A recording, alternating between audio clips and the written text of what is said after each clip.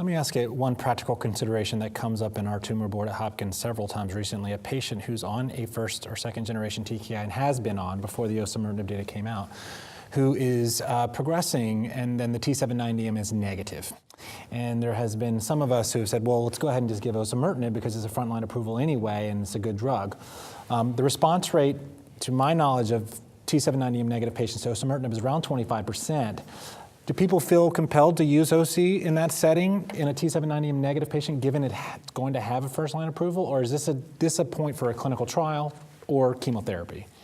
I mean, this is a setting where you would give chemo and then perhaps come back to osimertinib, where you take advantage of not only giving a more potent EGFR inhibitor, but also the resensitizing effect after they've been off EGFR TKI for a while. So I would say going to chemo in that situation makes sense. Now, if the patient is progressing in the brain, then that might be a situation where you may bring in osimertinib. You know, we nurse these patients through progression. So, you know, I would tolerate a good amount of progression in someone before I pull the switch for something else. So I like that idea. It's growing a little bit in the brain, the systemic disease is growing just a little bit as well. Switch to osimertinib, see what happens, but then you're looking for even a if clinical... T790M negative. Even if they're T790M negative.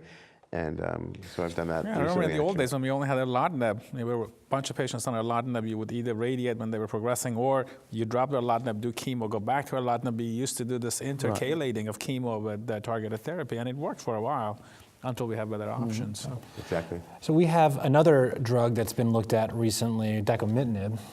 This was, I think, presented last year at ASCO. This drug's been around for a while. We participated in the phase 1 effort many years ago, but it is another phase 3 trial in an EGFR mutant patient population comparing dacomitinib versus a first-generation TKI. Tom, you want to talk about that data and the clinical relevance of it? Sure. This was an EGFR mutation selective patient and compared dacomitinib to gefitinib.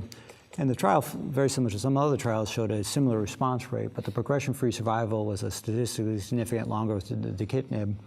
I think the challenge was that there was more EGFR-related toxicities with the irreversible EGFR binding, particularly rash and diarrhea. And about 2/3 of patients needed dose reduction on the dacomitinib.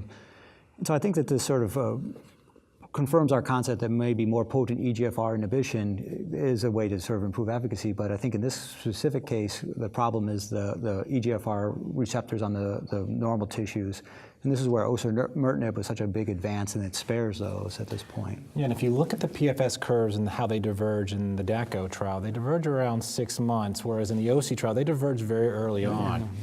So I think there are some differences here in these drugs. Do we think this will get approval for first line, this drug? I'm not a good person to predict that. I think the OC data is a lot stronger. Make it approved doesn't mean it's going to get used. Yeah. Right. I think if both were approved, I would choose osimertinib. Oh, absolutely. Yeah, I think the data, positive trial, should be considered for approval, but again, will we use it when we have something that looks equally effective or more effective and less toxic? Exactly. So let's move on to the last part of this section, which is we've clearly defined the use of EGFR TKIs in the advanced stage setting. We're looking at them in earlier stages disease, however. We've had some data presented last year, I think it's been published now, looking at adjuvant TKI for resected EGFR mutant lung cancer. Roy, can you talk to us a little bit about this data? This is a Chinese study looking at the role of this approach. Right, Zhang's study from Lancet. Yeah. Well, you know, it makes sense that if someone's EGFR mutated after doing your best local therapy, a combined modality therapy, to move on and give them an EGFR inhibitor. There have been a number of trials over the years. There was the Radiant trial to look at erlotinib versus placebo. That did not show any major benefit. This trial is quite interesting from China. You know, of course, there are many more patients there that have EGFR mutation. They took patients with stage 3 disease and they randomized them to either chemotherapy or to the EGFR inhibitor. And the EGFR inhibitor did have an improvement in PFS, hazard ratio of 0.6. A couple of issues with this trial. One, where's the radiation? Normally in many of these patients we would have given chemoradiation. Two, if you were to use the EGFR inhibitor, you probably would have wanted to use the chemotherapy first. So it's not a really fair comparison. So, but that said, I think that it does show that there is activity in this type of population. What was notable in that trial was that the activity was lost after the drug was stopped. So, so it was only for the period the drug was on, and there was no survival benefit. That said, I think with a newer generation drug, Immature survival data right, at this point. immature at so this we point. have to.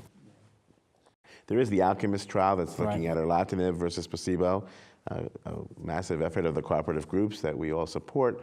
I think that trial hopefully will better answer the question of an EGFR inhibitor versus placebo in patients who have had the maximum adjuvant therapy for early stage disease.